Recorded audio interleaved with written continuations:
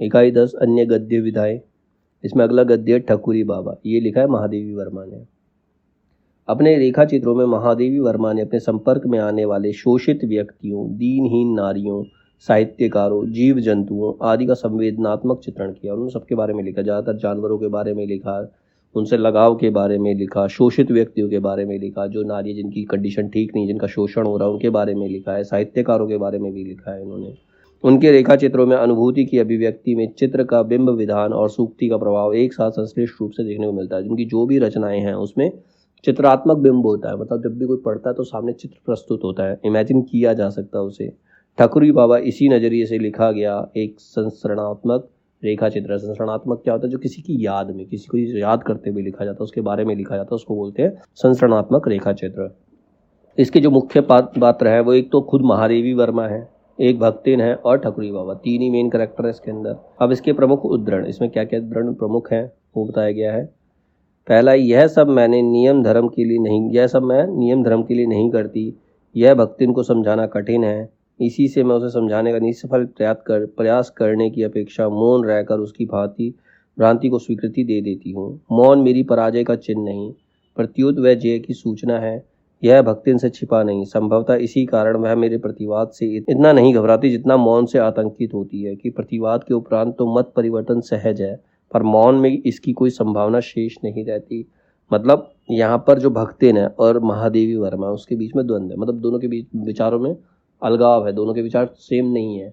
लेकिन महादेवी वर्मा कहती है अगर मैं उससे बहस करूंगी, उससे लड़ूंगी तो हो सकता है कि मेरा मत चेंज हो जाए, जो मैं सोच रही हूँ वो मुझे बदलना पड़े, लेकिन वो मौन रहकर उसका उत्तर देती है। तो जो भक्तिन है वो उसके विचार उसके बहस करने से नहीं डरती, जबकि उसके मौन रहने से डरती है। उसे पता है कि जब तक वो मौन रहेगी तो उससे जीत ही नहीं सकती, तो मौन रहकर वो जीता जा सकता है। फिर है, इस कल्पवास का मोह है, क्योंकि इस थोड़े समय में जीवन का जितना विस्तृत ज्ञान मुझे प्राप्त हो जाता है उतना अन्य उपाय से संभव नहीं, और जीवन के संबंध में निरंतर जिज्ञासा मेरे स्वभाव का अंग बन गई है। कल्पवास का मतलब था बहुत थोड़े समय के लिए कहीं रहना, उसको बोलते हैं कल्पवास। वो कह रही इस थोड़े समय में मेरे को बहुत ज़्यादा ज्ञान प्राप्त हो गया, तो ये मेरे लिए बहुत ज़्यादा इम्पॉर्टेंट है, और ज्ञान प्राप्त करने के लिए की जिज्ञासा उसके अंदर हमेशा बनी रहती है, वही उसके नेचर का एक पार्ट है। गांव के मेले से लेकर कल्पवास तक सब मेरे लिए पाठशाला है, पर इनमें मैं महा बढ़ाना ही सीखती हूँ, विराग साधन नहीं। मतलब वो कह रही पूरा जीवन ही क्या है, कुछ ना कुछ सीखने का नाम है। कहीं भी रहो, चाहे गांव के मेले में हो, घर में हो, किसी पाठशाला में हो, कुछ भी हो, कहीं पर भी हो, तो वहाँ पर हम कुछ ना कुछ सीखते ही रहते हैं। मेरे लिए परम अनुगत भक्तिन संसार के लिए कठोर प्रतिद्वंदी है। मतलब उसकी सबसे बड़ी कंपटीटर कौन है? वो जो भक्तिन है ठकुरी बाबा की, वो उसकी सबसे बड़ी कंपटीटर है। भीड़ से मेरी शांति भंग हो सकती है, इस संभावना ने उसे जो कठोरता दी थी वह उस संभावना के साथ ही विलीन हो गई। जब लौटी तब कोहरे पर सुनहली किरणें ऐसी लग रही थी जैसे सफेद अबेरवा की चादर पर सोने की तारों की हल्की जाली टाक दी गई हो। मतलब यहाँ सुनहली किरणों के प्रभाव दिखाया गया है। इधर निकल आइए बाबा, सुनकर वृद्ध दोनों हाथों में दो दोने संभाले हुए सामने आ खड़े हुए। सिर पर अग्रभाग खलवाट होने के कारण चिकना चमकीला था, मतलब बाल नहीं थे तो बहुत चमकीला चिकना था, पर पीछे की ओर कुछ सफेद केशों को देखकर जान पड़ता था कि भाग्य के कठोर रेखाओं से सभीत होकर वे दूर जा छपे हैं। छोटी आंखों में विषाद, चिंतन और ममता का ऐसा सम्मिश्रित भाव था जिसे एक नाम देना संभव नहीं। लंबी नाक के दोनों ओर खिंची हुई गहरी रेखाएं दाढ़ी में विलीन हो जाती हैं। तो ये किसी एक वृद्ध के बारे में बताया गया, उसके हुलिये का चित्रण किया गया इसके अंदर। नंगे पांव और घुटनों तक ऊंची धोती पहने जो मूर्ति सामने थी वह साधारण ग्रामीण वृद्ध से अधिक विशेषता नहीं रखती थी। ऐसा लगता था कि गांव का कोई साधारण सा बूढ़ा व्यक्ति है। ठकुरी बाबा भाट वंश में अवतीर्ण होने के कारण कवि, और कवि होने के कारण मेरे सजातीय कहे जा सकते हैं। मतलब ठकुरी बाबा जो थे कवि थे और कवि कुल में ही पैदा हुए थे, तो वो मेरी ही जाति कहे जा सकते, क्योंकि महादेवी वर्मा भी एक कवित्री हैं। आधुनिक युग में भाट चारणों के कर्तव्य और आवश्यकता में बहुत अंतर पड़ चुका है। इसी से ना कोई उनके अस्तित्व को जानता है, ना उसके कवित्व व्यवसाय का मूल्य समझता। मतलब कवि को कोई नहीं समझता, कवि की कोई वैल्यू नहीं रह गई है आज के समाज में। अब तो उनका पैतृक धंधा व्यक्तिगत मनोविनोद का मात्र रह गया है।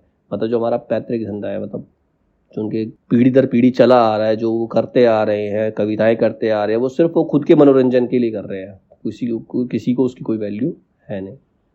वर्षों में पत्नी ने उन्हें एक कन्या का उपहार दिया, पर इसके उपरांत वह विश्राम और पथ्य के अभाव में प्रसूति ज्वर से पीड़ित हुई तथा उचित चिकित्सा के अभाव में 1.5 वर्ष की बालिका छोड़कर अपने कठोर जीवन से मुक्ति पा गई। मतलब ठकुरी बाबा जो है उनकी पत्नी की मृत्यु हो जाती है। ठकुरी उसी रात आला सुनाकर लौटे थे। माता की मृत्यु का उन्हें स्मरण नहीं था। वृद्ध पिता की विदा ने उनके मर्म को छेदा नहीं था, पर यौवन के प्रथम पहर में स्नेह बंधन तोड़ जाने वाली पत्नी ने उनके हृदय को हिला दिया। जब उन्हें पता चला कि उनकी पत्नी नहीं रही, माँ का उन्हें पता नहीं था, पिता की मृत्यु से भी उन्हें इतना अफसोस नहीं हुआ जितना कि पत्नी की मृत्यु ने उन्हें तोड़ डाला। खारे आंसुओं ने आंखों का गुलाबीपन धोकर उनके जीवन दर्शन के लिए स्वच्छ बनाया। पत्नी को खोकर ही ठकुरी वास्तविक पति और पिता बन सके। जब उनकी पत्नी चली गई तब उन्हें पता चला कि असली पति होता क्या, पिता क्या होता है, दोनों का कर्तव्य निभाने के लिए। भाव यदि मनुष्य की शुद्रता, दुर्भावना और विकृतियां नहीं बहा पाता, तब वह उसकी दुर्बलता बन जाता है। इसी से स्नेह, करुणा आदि के भाव हृदय बन सकते हैं और द्वेष कोश के दुर्भाव उसे और अधिक दुर्बल स्थिति में छोड़ जाते हैं। अब क्या होता है, इसमें भाव यदि मनुष्य की शुद्रता और दुर्भावना और विकृतियां नहीं बहा पाता, भाव मतलब जो इंसान इमोशनल होता है, टूट जाता है, रोता है, तो अगर वो अपने मन की ग्लानि, दुर्भावनाओं को उसमें नहीं बहा पाता तो वो सक्षम नहीं हो पाता, तो वो गलत रास्ते पे चला जाता है। अगर वो उसका बदला लेना चाहता है, अलग तरीके से सोचता है, तो वो और ज़्यादा दुर्बल हो जाता है। तो ये बताया गया भाव ऐसा होना चाहिए जो तुम्हारी सारी दुर्बलताओं को खत्म कर दे और तुम उस जीवन से मुक्त हो जाओ। तुम्हें मतलब किसी चीज़ का मोह ना रहे, भाव वही सही होता है। ग्रामीण समाज अपने रस समुद्र में व्यक्तिगत भेद बुद्धि और दुर्बलताएं सहज ही डुबा देता है। इसी से इस भाव स्नान के उपरांत वह अधिक स्वस्थ रूप प्राप्त कर सकता है। मतलब ये हमारे मन के जो आंसू होते हैं, भाव जो होते हैं, वो हमारी अंदर के सारे मैल को धो देते हैं और हम स्वस्थ हो सकते हैं। हमारे सभ्यता दर्पित शिष्य समाज का काव्यरन छिछला और उसका लक्ष्य सस्ता मनोरंजन मात्र रहता है। मतलब कविता क्या है, एक मनोरंजन का एक सस्ता सा साधन है। इसी से उसमें सम्मिलित होने वालों की भेद बुद्धि, एक दूसरे को नीचा दिखलाने के प्रयत्न और व्यक्तिक विषमताएं और अधिक विस्तार पा लेती हैं। एक वह हिंडोला मतलब झूला होता है जिसमें ऊंचाई नीचाई का स्पर्श भी एक आत्मस्मृति को में विश्वास देता है। झूला क्या होता है, एक बार में बिल्कुल नीचा तो एक बार बिल्कुल ऊपर चला जाता है। दूसरा वह दंगल का मैदान है जिसका सम धरातल भी हार जीत के दाव पेचों के कारण सतर्कता की श्रांति उत्पन्न करता है। ख्याति के मध्याह्न में कवि के लिए अपने प्रशंसकों और अपने बीच में ऐसा दुर्भेद पर्दा डाल देना सहज नहीं होता। मतलब ख्याति के मध्याह्न मतलब जब अपने करियर के मिड पार्ट पे होते हैं तो वो ख्याति प्राप्त करना चाहता है, नाम प्राप्त करना चाहता है, तो वहां पर वो सोच नहीं पाता कि वो अपनी प्रशंसा के लिए कर रहा है या अपनी जीविका के लिए कर रहा है या अपना कर्तव्य समझ कर रहा है। तो उसके अंदर ये समझ नहीं आ पाती। उस सरल जीवन की सात्विकता में यदि दूसरे पक्ष की कृत्रिमता इतनी कठिन रेखाओं में आंख दी होती है तो मेरा विद्रोह इतना तीव्र ना हो पाता। विशेषता ऐसा करना तब और कठिन हो जाता है जब आडंबर के साथ अर्थ भी उपस्थित हो, क्योंकि अर्थ ही इस युग का देवता है। आडंबर का अर्थ मतलब पैसा, पैसा ही इस युग का देवता है। अगर किसी इंसान के पास पैसा है तो उसकी इज्जत है, नहीं तो नहीं है। तो कवि को ये भी सोचना पड़ता है। ठीक है, मैंने उनसे अधिक सहृदय व्यक्ति कम देखे हैं, यानी कि ये महादेवी वर्मा कह रहे हैं, ठकुरी बाबा से ज़्यादा सहृदय व्यक्ति बहुत कम देखे हैं। यदि वह वृद्ध यहाँ ना होकर हमारे बीच में होता तो कैसे होता, यह प्रश्न भी मेरे मन में अनेक बार उठ चुका है। पर जीवन के अध्ययन ने मुझे बता दिया है कि इन दोनों समाजों का अंतर मिटा सकना सहज नहीं। उनका ब्रह्म जीवन दीन है, मतलब भगवान की सेवा में वो जीवन जी रहे हैं, लेकिन वो गरीब है, दीन है। और हमारा अंतर जीवन रिक्त है, हमारा जो अंतर जीवन है वो खाली है। उस समाज में विकृतियां व्यक्तिगत है पर सद्भाव सामूहिक रहते हैं।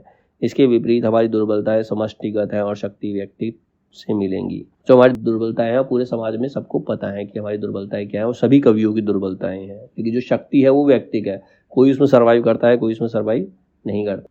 ठकुरी बाबा अपने समाज के प्रतिनिधि हैं। इसी ने उनकी सहायता व्यक्तिगत विचित्रता ना होकर ग्रामीण जीवन में व्याप्त सहृदयता को व्यक्त करती है। मतलब वो एक साधारण जीवन जीते हैं। हमारे समाज में उनकी दो स्थितियां संभव थी।